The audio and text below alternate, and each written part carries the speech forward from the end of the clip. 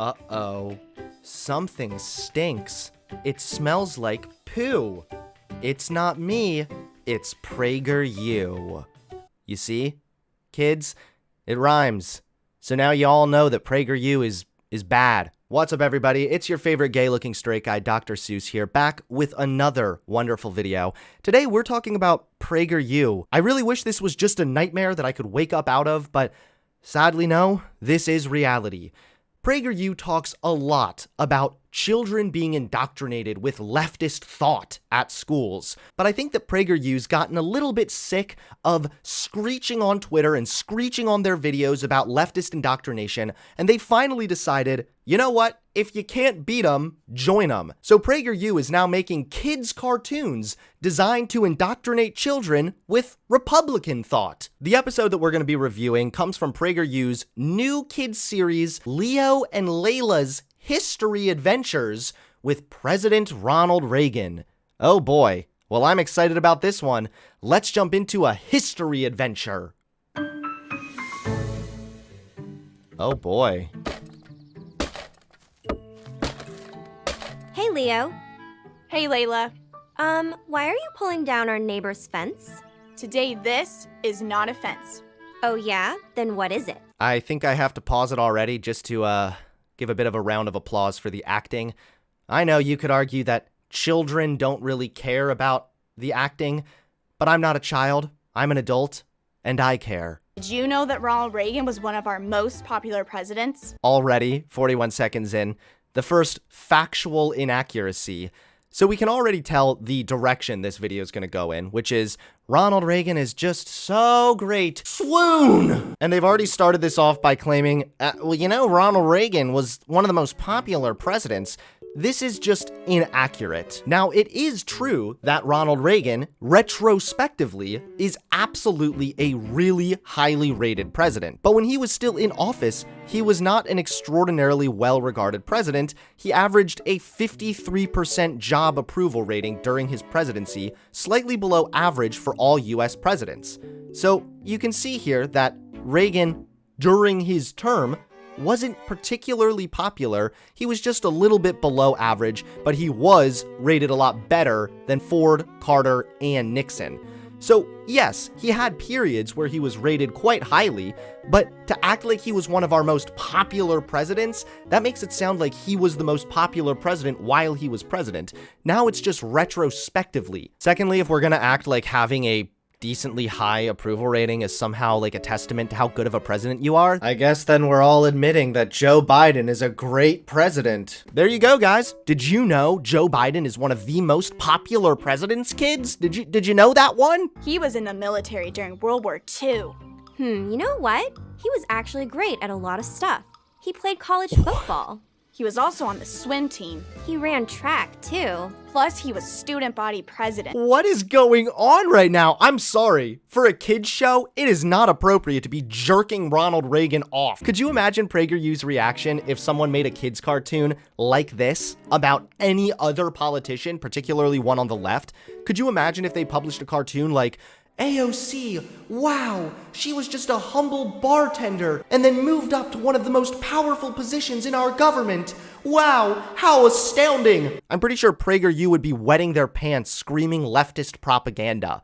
I'm sorry, I don't care that Ronald Reagan was an actor or on a swim team.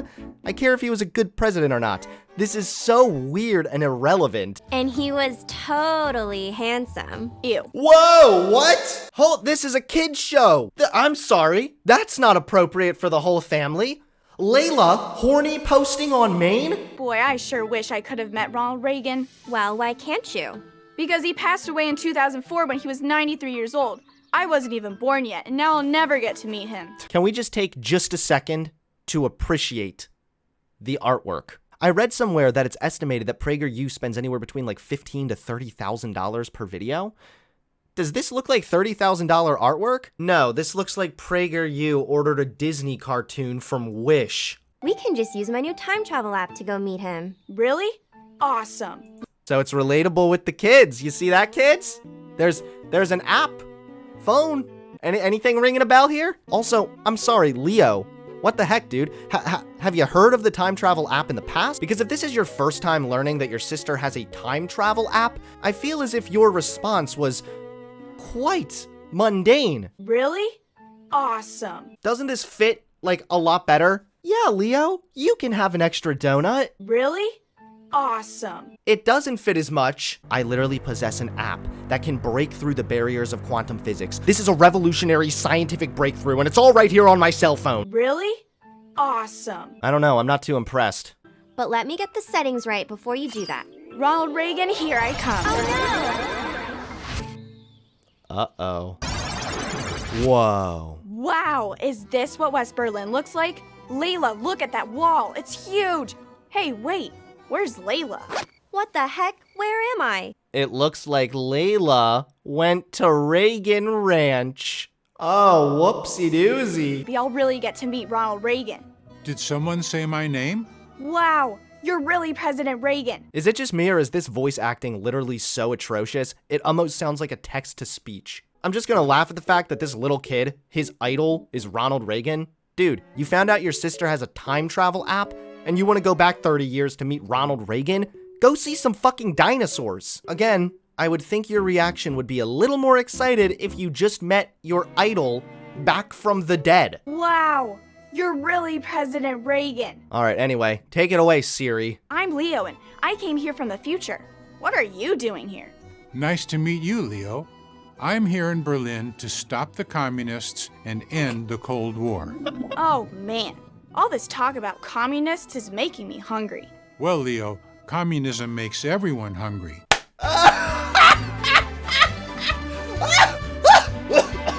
If there are any boomers watching this with their kids, they are in for a serious chuckle. Cause like the bread lines. People living under communism are often poor and don't have enough money for food. That's why we have to stop it. Just a little bit ironic that PragerU would feature Reagan talking about people being poor and hungry when Ronald Reagan's economic plans, particularly trickle-down economics, played a massive role in the wealth gap divide. Because of some of Reagan's policies, there are more people that are now hungry and that are now unable to afford food because of Ronald Reagan.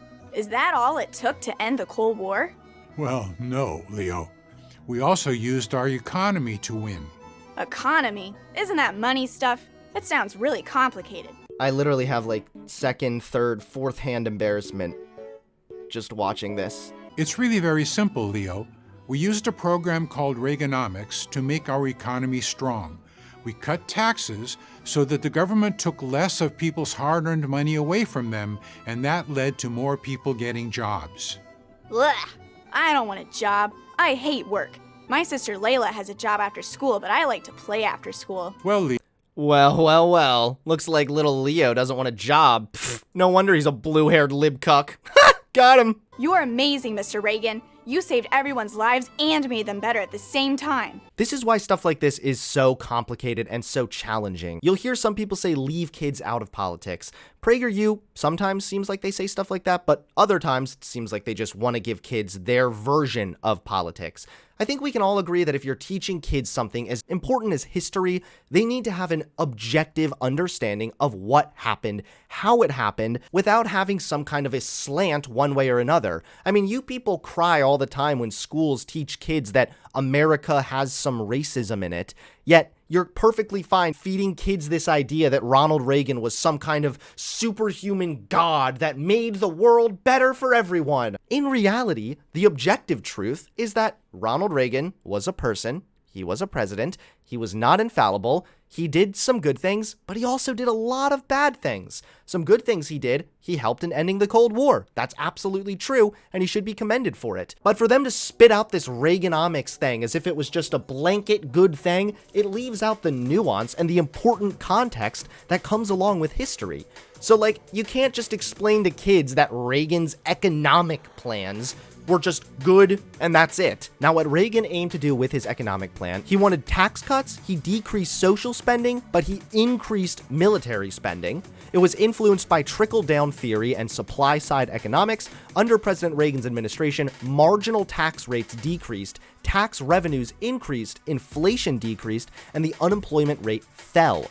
So this on its face, this little summary, sounds really good, right? And the truth of the matter is, some of Reagan's economic plans did work at the beginning. Now, this has been contested also because the economy was coming out of a recession, and it is an economic historical fact that whenever you enter a recession, your overall economy is going to do even better than before coming out of that recession. So that might explain some of it. But the problem, again, when it comes to Republicans, sometimes their economic solutions actually help in the short term, but then they contribute to a lot more problems in the long term. So in the short term, it seemed like some of Reagan's economic plans were working. But if you look at it from a retrospective view, then you'll see that 50 years of tax cuts for the rich failed to trickle down. What happened was Ronald Reagan cut marginal tax rates. Marginal tax rates were really high in the 80s, so he cut them somewhat, and it helped. That's understandable, but you can't continue to cut marginal taxes. Eventually, the government still needs to be making revenue. The new paper looked over countries over a 50-year period. The study compared countries that passed tax cuts in a specific year, such as the US in 1982 when President Ronald Reagan slashed taxes on the wealthy, with those that didn't. Per capita gross domestic product and unemployment rates were nearly identical after 5 years in countries that slashed taxes on the rich and in those that didn't. But the analysis discovered one major change. The incomes of the rich grew much faster in countries where tax rates were lowered. Instead of trickling down to the middle class, tax cuts for the rich may not accomplish much more than help the rich keep more of their riches and exacerbate income inequality, the research indicates. Another extensive study called The Economic Consequences of Major Tax Cuts for the Rich goes through a lot of stuff that I don't want to read through right now.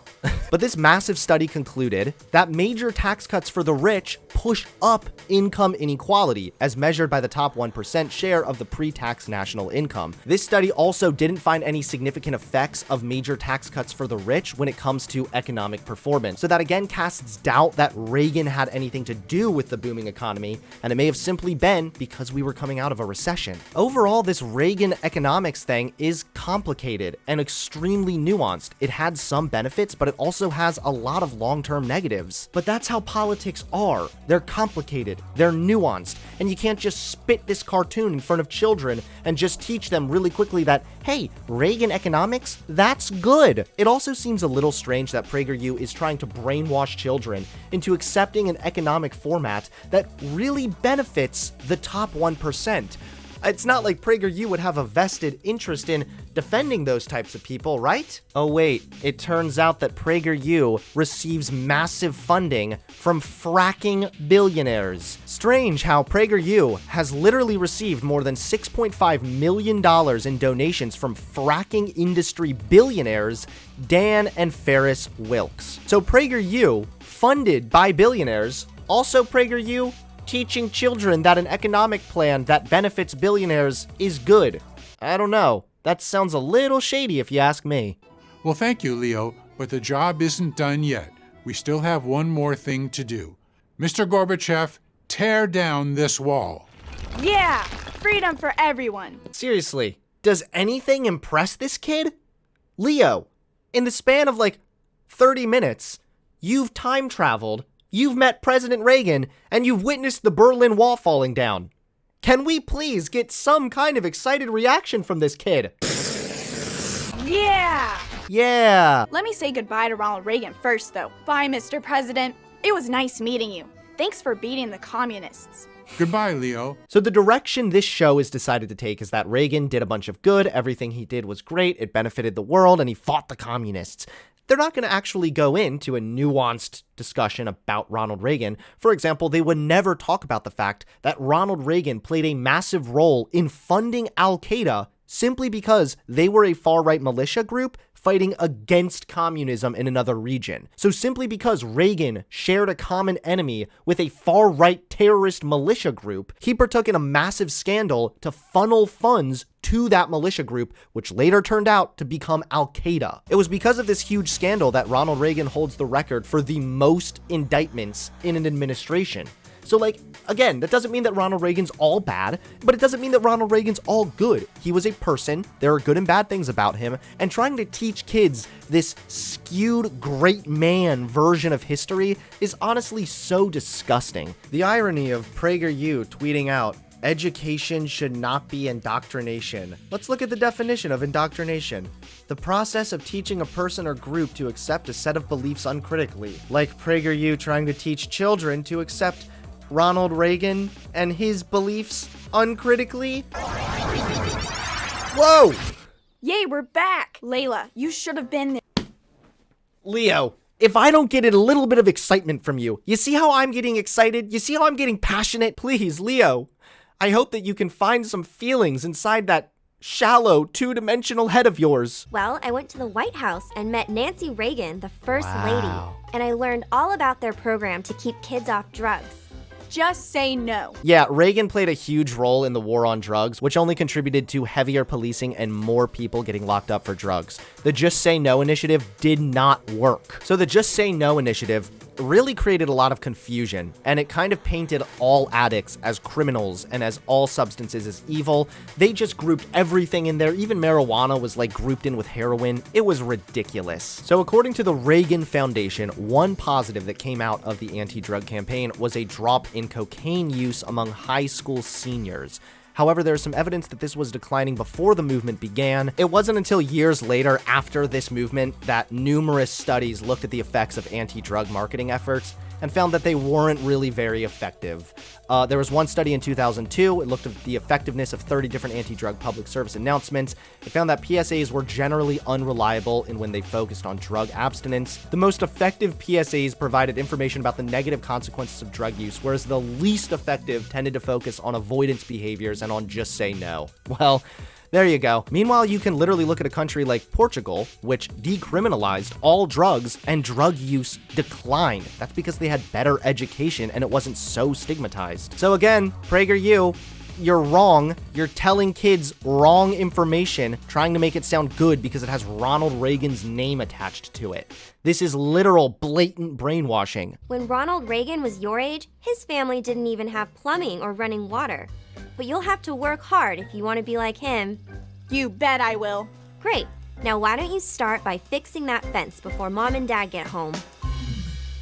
Oh, Lilo and Leia's inaccurate history adventures. Honestly, the writing, the art, the script, the acting, it moved me off the top of a skyscraper. It's really important for kids to have a holistic and objective understanding of history, not this slanted version of history where Ronald Reagan is this perfect all-knowing God, and not a slanted version of history where Ronald Reagan is just this big evil guy, even though he did ignore the AIDS crisis and created Al-Qaeda and everything else. But yeah, like, can we just please try and be objective? If not, then please, for the love of God, leave kids out of politics. Thanks everybody for watching. Please give this video a like, comment below, subscribe to the channel, and remember, keep your kids away from PragerU.